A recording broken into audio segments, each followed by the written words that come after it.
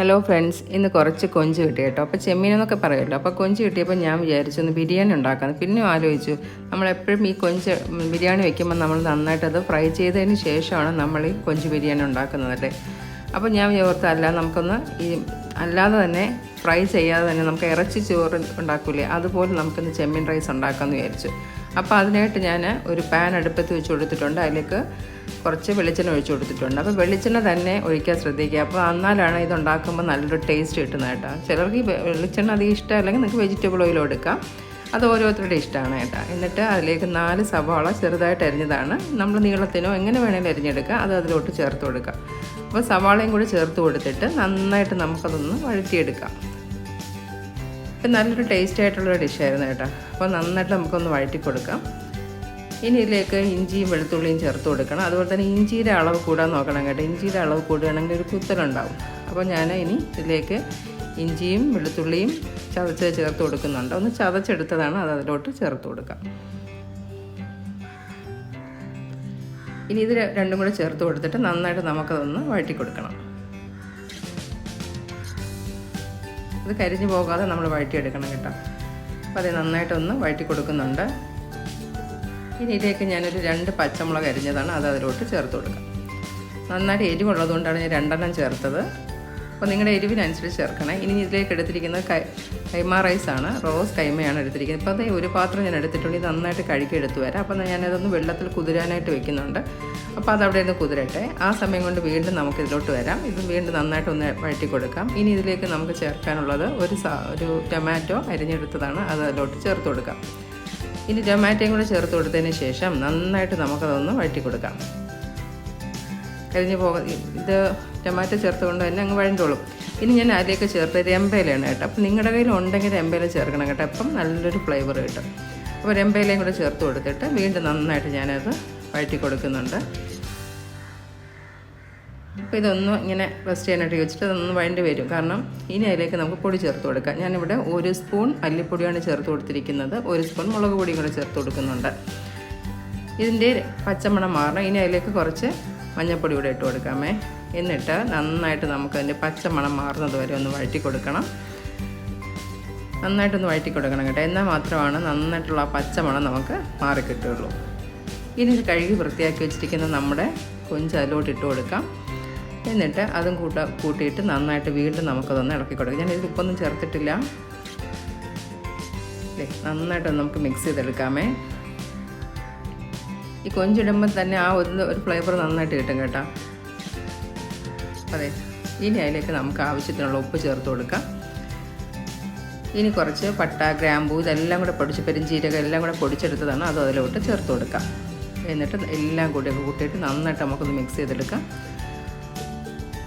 ഉണ്ടോ, ഒന്ന് പതുക്കെ ഒന്ന് മിക്സ് ചെയ്തെടുക്കണം. ഇത് പെട്ടെന്ന് വേകുന്ന സാധനമാണല്ലോ. ഇനി അതിലേക്ക് ഞാൻ 2 സ്പൂൺ തൈരാണ് ചേർത്ത് കൊടുത്തിരിക്കുന്നത്. നിങ്ങൾക്ക് വേണമെങ്കിൽ ചേർക്കാം കേട്ടോ. ഞാനിപ്പോൾ ഈ തൈരും കൂടെ ചേർത്ത് കൊടുത്തപ്പോൾ നല്ല ടേസ്റ്റ് ഉണ്ടായിരുന്നു.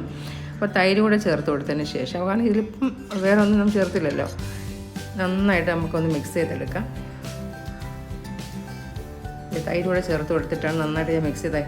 ഇനി നമുക്ക് നമ്മുടെ അരിയുടെ അളവിനനുസരിച്ചുള്ള വെള്ളം ചേർത്ത് കൊടുക്കാം. എനിക്കൊരു അബദ്ധം പറ്റി, കാരണം നല്ല തിളച്ച വെള്ളമാണ് ഒഴിക്കേണ്ടിയിരുന്നത്. ഞാൻ നന്നായിട്ട് തിളപ്പിച്ചില്ല, അല്ലാതെ തന്നെ ഒഴിച്ചു കൊടുത്തു. സാരമില്ല, നിങ്ങൾ ചെയ്യുമ്പോൾ അങ്ങനെ ചെയ്യണം കേട്ടോ.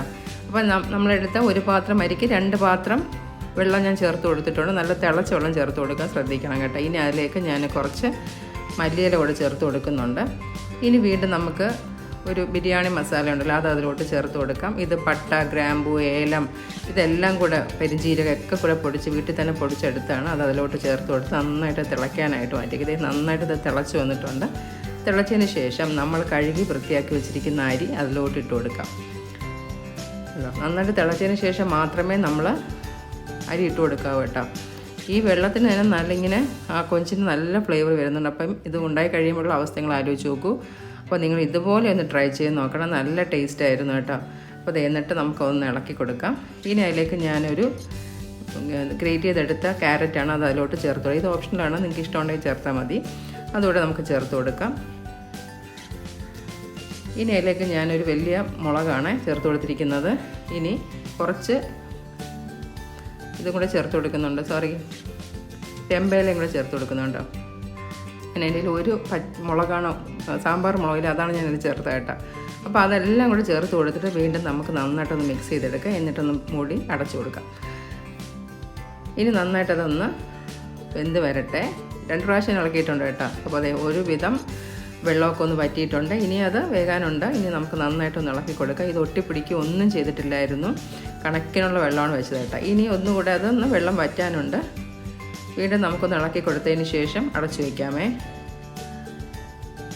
ഇനി അടച്ചു വെച്ചിട്ടൊരു 3-4 മിനിറ്റ് കഴിയുമ്പോഴേക്കും തന്നെ നോക്കിയപ്പോഴേക്കും നന്നായിട്ടത് വെന്ത് വന്നിട്ടുണ്ട്. കുഴഞ്ഞു പോവുകയോ ഒന്നും ചെയ്തില്ല. നല്ല മണമായിരുന്നു കേട്ടോ. ഈ കൊഞ്ച് ഇങ്ങനെ ചെയ്തത് കൊണ്ട്, ഇങ്ങനെ നമ്മൾ വെച്ചത് കൊണ്ട് തന്നെ നല്ല ടേസ്റ്റ് ആയിരിക്കും കേട്ടോ. പക്ഷെ മണവും അസാധ്യ മണമാണ്.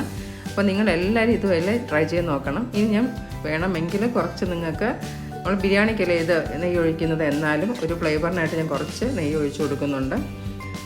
ഇനി അതിലേക്ക് ഞാൻ വറുത്ത് കുറച്ച് സവാള വെച്ചിട്ടുണ്ടായിരുന്നു, അതൊക്കെ ചേർത്ത് കൊടുക്കാം. ഇതൊക്കെ നിങ്ങൾക്ക് വേണം ചേർത്ത്, കാരണം അല്ലാതെ തന്നെ കഴിക്കാൻ നല്ല ടേസ്റ്റാണ്. ഇത് ഞാൻ അല്ലാതെ എൻ്റെ ഇഷ്ടത്തിന് ഞാൻ ചേർത്താണ് കേട്ടോ.